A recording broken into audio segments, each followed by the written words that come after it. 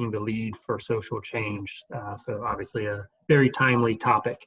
If you didn't get a chance to catch the first episode, our Robin Walters talked with Derek DeHart, and they discussed product management during a pandemic. Obviously another very timely topic. So if you get a chance, go check that out as well. So if you're not familiar with AWH, we're a software engineering company. We custom build software with a big focus on product and data, and just really helping people out. We like to think of ourselves as a SWAT team, and so a team of experts that can drop in at any time and help address needs, both to startups and to established companies as well. So, and we're actually this year celebrating our 25-year anniversary.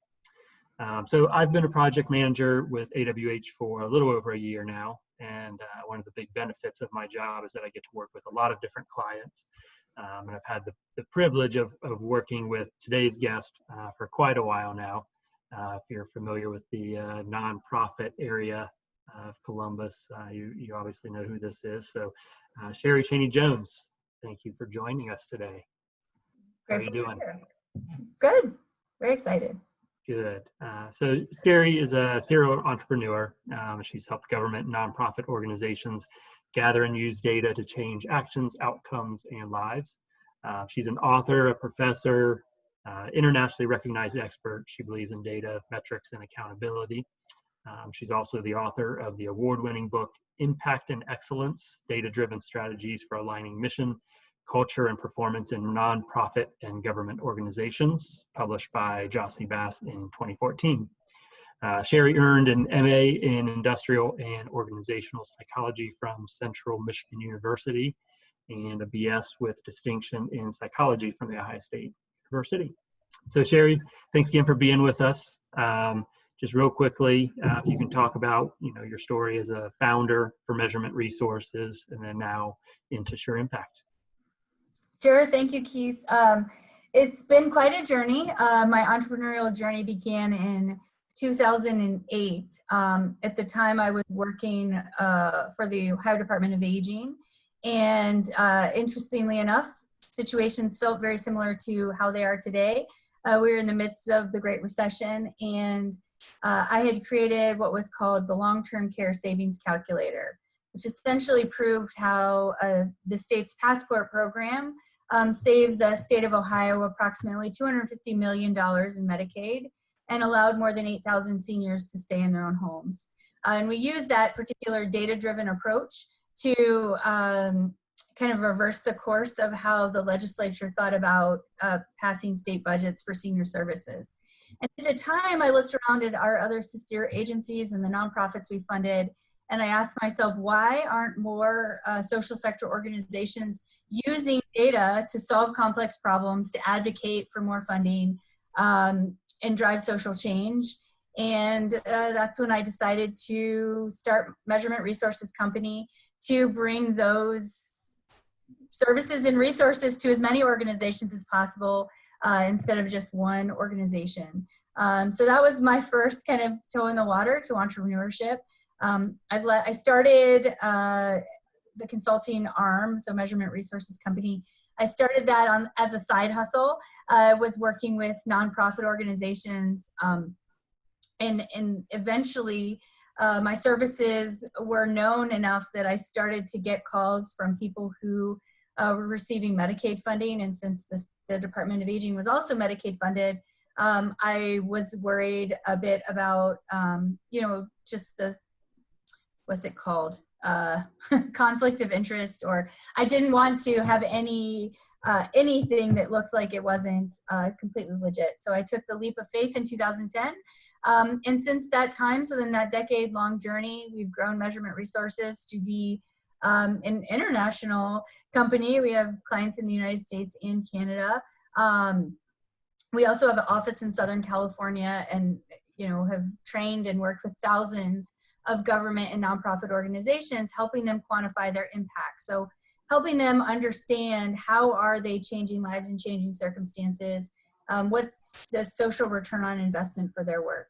And so as we were working with our clients, our clients kept coming to us and saying, we love the insights you're providing us. It's really helping us grow and scale our organization.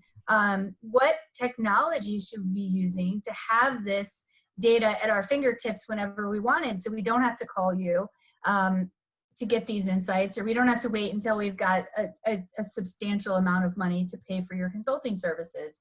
So that led us on a journey, which basically has become our new product, our new company, SureImpact, which is a software as a service solution that helps government, nonprofit, social enterprises measure, track, and communicate their impact and value, and that they can have those insights at their fingertips whenever they want. Completely flexible platform to allow them to customize the data that they need to collect for their reporting needs, their mission needs. But it also integrates our intellectual property, measurement resources, intellectual property that I've been developing over the years, working across multiple sectors, knowing what are those best practices, what should we be measuring, so that as more organizations adopt SureImpact, we now will be able to answer the board's challenging questions that we kept hearing all the time is, well, what are the benchmarks? What are the industry benchmarks? How do you compare our organization to others? And in reality, prior to SureImpact, there was no way to do that. And so SureImpact not only helps individual organizations track and measure their impact, but it also is a technology platform that allows, eventually it will allow those industry benchmarks so you can compare your work to others. And we can truly, I think, solve some really complex social problems with data. So that's a really high level overview of our journey. I know you have some specific questions for me, but hopefully people can understand how I got from a state government bureaucrat to now a serial entrepreneur. Yes, great. That's a great story. So the first question, I know you kind of walked through this a little bit briefly, but just how SureImpact came to be, and then just some of the biggest challenges that you had to face in starting that up.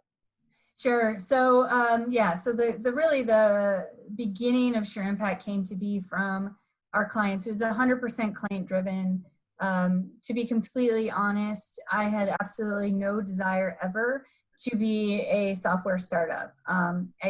Years ago, I would be vetting other software products and our vendors for our clients, and would say things like, I'm not a software company. I don't want to be a software company.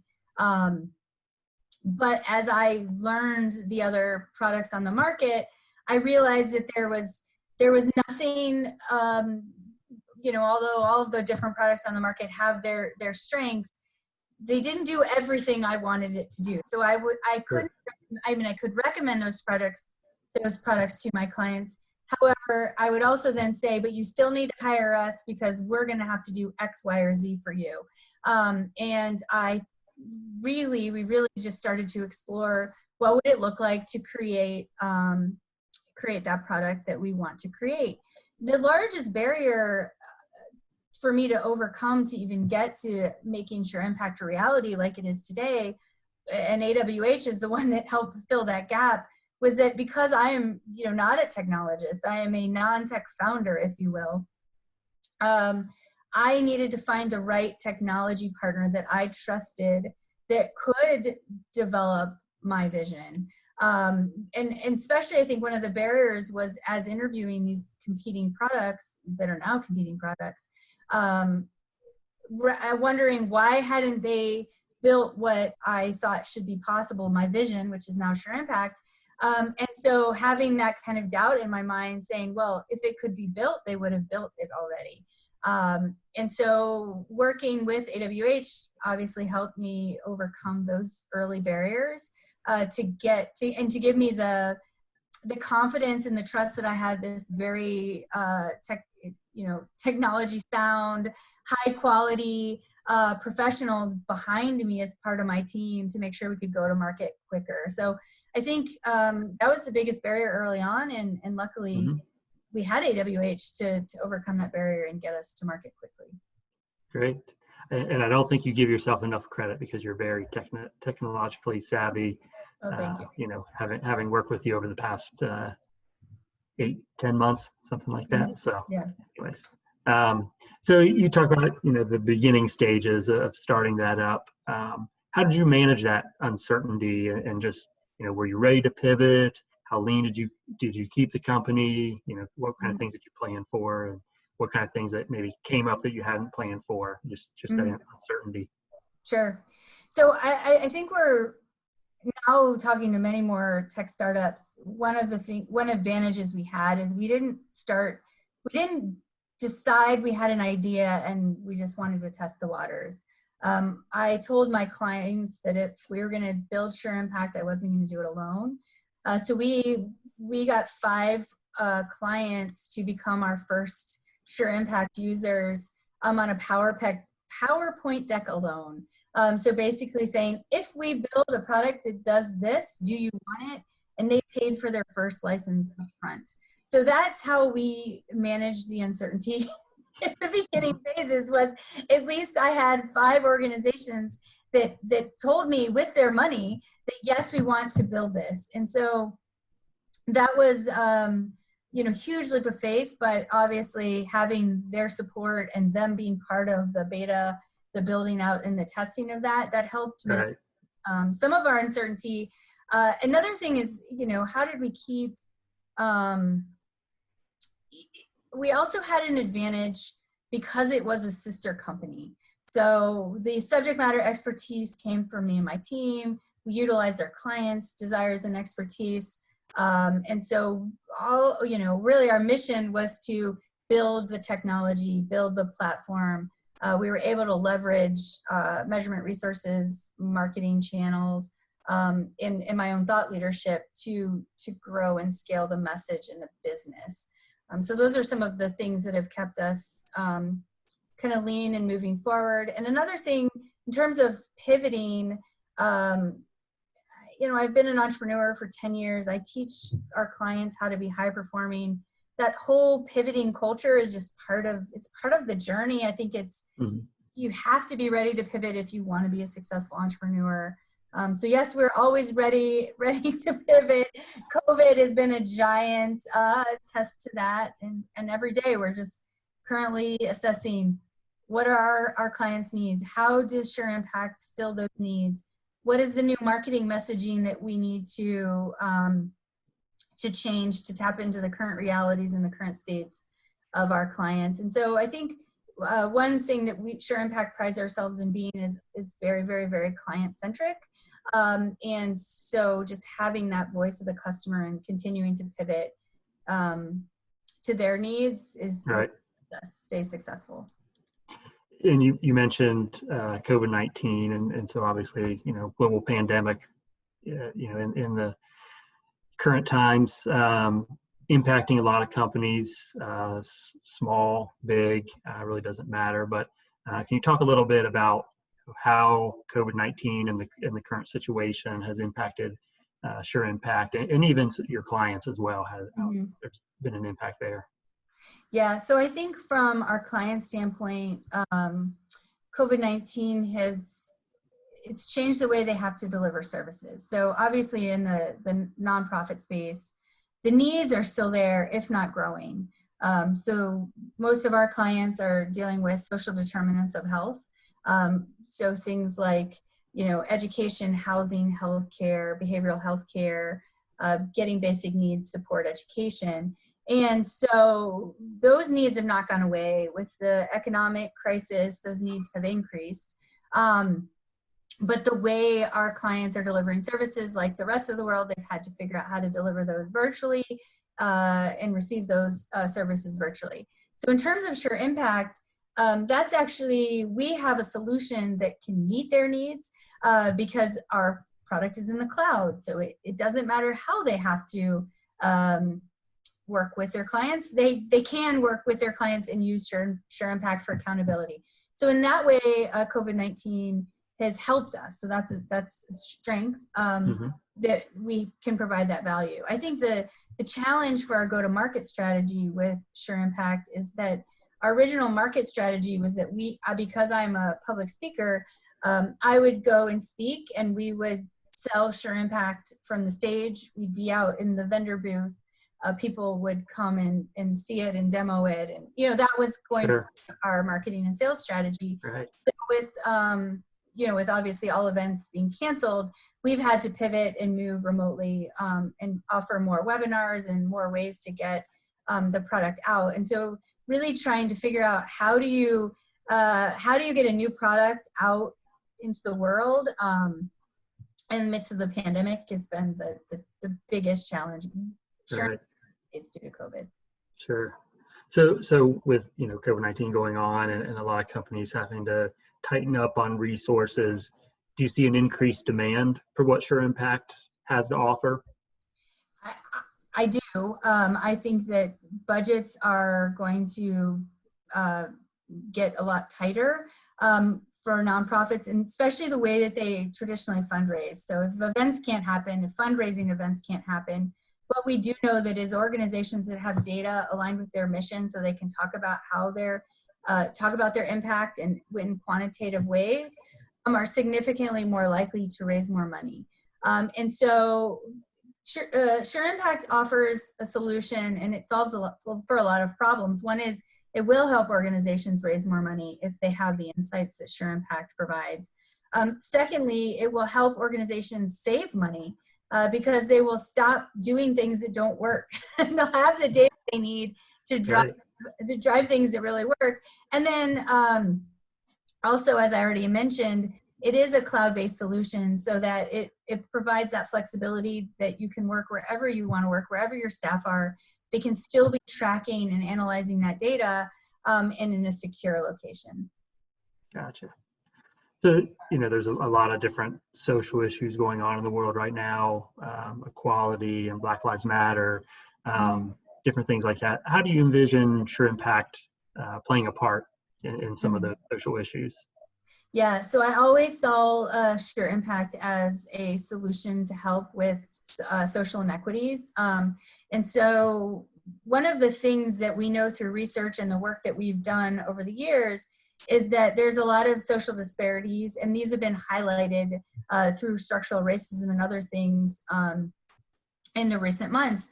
And so if an organization or if a system is really serious about addressing whether it's health disparities or social inequities or structural racism, you've got to take a racial lens through the work that you do. And one of the ways to do that, and a very effective way to do that, is make sure that you analyze your outcomes data, your impact data, your client experience data by different population groups. And so SureImpact provides nonprofits and government organizations the platform and the structure to very easily slice and dice their data by those different racial and if it's gender groups, population groups, zip codes. So different ways to look at your data to ensure that you're meeting the needs of all populations. And if you do find that you have inequities in your work, then you can address them. So when we know better, we can do better. And SureImpact provides the technology to help organizations be more thoughtful about what their work is and ensuring that they aren't unknowingly creating more disparities. Yeah. Okay. Great. To switch gears real quick. So what are the things I know you and I have talked, and so I maybe have a little bit of insight into just some things that are on your radar for SureImpact, moving forward. But for those that aren't as familiar, what are some of those things that you have in your vision, SureImpact being able to deliver down the road? Yeah, I think, so I've said this before publicly, so I'll say it again. It's a pretty bold vision. But my vision for SureImpact is that if you think about small business accounting and how most small businesses use a product similar to QuickBooks, that would be my vision for SureImpact. My vision would be it connects the entire ecosystem, the social sector ecosystem. So you have a very easy to use platform, which is already in existence. Thanks a lot to AWH and their brilliance, but a very easy to use platform that allows people working on the front lines to input data about who they're serving, what they've done with that individual. So very much like a case management platform.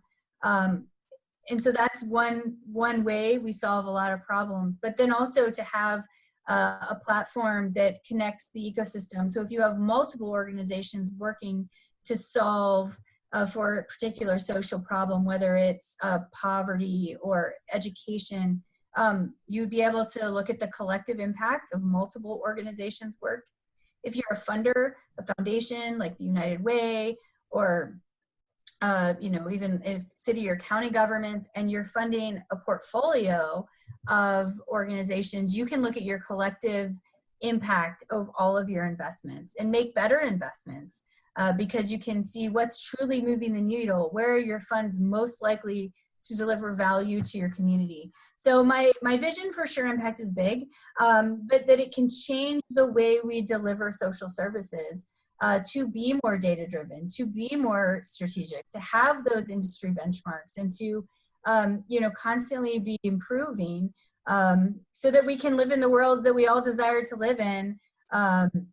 Instead of just throwing good money after bad because we think we're doing a good job, let's make sure that we are doing a good job and continuing to do more of that. So that's my large vision for SureImpact. Yes, it's a technology solution. Yes, it's a software platform. But the reason that it is so important and the social change that it can drive is what fuels me every day as an entrepreneur. Great. All right, this next question, so in your opinion, what makes a great leader? And then how do you try to live up to that? Ooh, well, I don't know. I try every day to live up to it, but I actually think that there's several facets that make a great leader, especially an entrepreneurial leader. And the very first one is to be client-centric, having that kind of customer focus, understanding, once you've set your vision out, like I think visionary is one, and then once you have your vision is really listening to the voice of the customer, because at the end of the day, that's whose problems you're solving for. And if I think you can always remember that the reason you're in business is about the people that you serve, and the more client-centric or customer-centric you can be, the more successful you can be. And so in order to do that, you have to be data-driven, and you have to continue to gather that feedback, gather that data, and then change because of the voices that you hear, and pivot, if that word has been so overused, but in recent months. But that's true. It's just kind of developing that culture of humility, that culture of listening, active listening, and then pivoting and changing and always improving. I think those are the points of a great leader. And those are things that values I've always adopted, and whatever business I have started, and it seemed to be working. Yes, great. All right. Katie, I think you had a question. Yes. Hi, Sheri. You were talking about how you pivot and you're very client-centric. How often do you find yourself adding features to your tool and updates, and how often do you iterate and get feedback from your clients? Mm-hmm. So we have, based on the voice of our customers, and really I would say all of our product features, whether that we've added and or are in our product roadmap journey going forward, are all based on the feedback from our customers. And we are an emerging startup. And so our roadmap is long in terms of future features. And I think one of the, as resources allow, we build the next feature out and we build the next feature out. So everything that we're doing is built on the features, but we have to, because we are still, growing as a company, as we sign in more users, we're able to add more features, is understand that value add. So as the entrepreneur, as the company, when we get the voice of our clients, we have to ask ourselves, is this a nice to have or is this a must have? And we would love to throw in all of the nice to haves. But I think as an entrepreneur, that's something that I try to be very, very prudent around is, will this help them do their jobs better? Will it help us sell more licenses? Will people say no to our product because we don't have this feature, or is this something that just will make it cooler or neater in the marketplace? And so that's how we manage which product or which features to release, is really understanding, will it provide much more value to our clients, and will it help us sell our product in the future? Yeah, and so Sheri, how do you balance that? You know, obviously you talked about some of your vision of what you want the product to be, but then also having, you know, customers, clients of yours that have their vision. How do you balance those two? Well, so what's interesting is that I haven't found a huge disconnect yet between what our customers are asking for and what our vision is. So, you know, I think what I've done, or I've tried to do the best that I can, is hold our vision of the product out here, and then hear the kind of the pain points, if you will, of our clients. And then ask myself, if the feature does this, or if the product does this, can we still achieve that larger vision? And so that's a balance, right? Is to make sure I remember where the ultimate goal of SureImpact and its mission, and then hearing the voice of the customer and finding maybe a win-win solution. Like and that's where, you know, the developers, in our case, AWH has really been a huge thought partner is saying, okay, we know we need to solve for this problem, but solving for this problem can't make it so that this problem can't happen. And I think, you know, it'd be better to get your point of view around that whole, there are times that I feel like I really drive for innovation. I can think of times where a solution has been proposed, and I knew that by going in that particular product route or that strategy route would mean I would give up something else that was really important, either for me or for my client. And so kind of just pushing back and saying that I see the pros and cons of this, but can we get more creative? Can we think of another solution? And that's something that I've been, it's been really important to me, is making sure that I continue to ask those questions. Are you sure that's the only way to do it? Is there another way? Can we get more creative to solve for the problem, to make sure that our customers' needs will get met, as well as the vision of SureImpact? Great. All right. Well, it looks like we're running up against time. So Sheri, I want to thank you for taking time out of your schedule to be with us today and kind of talk through measurement resources and SureImpact. Look forward to continuing our partnership moving forward. I want to thank everyone for watching today. Katie, Taylor, AWH, thanks for organizing and setting all this up. You can always contact AWH, information there on your screen for any product or data needs. And then if you want to learn more about measurement resources, SureImpact, Sheri, your website, measurementresourcesco.com, correct? Yep, or definitely go to SureImpact.com. Sure. Yes. All right. I appreciate your time, Sheri, and thank you for everyone. Have a great afternoon.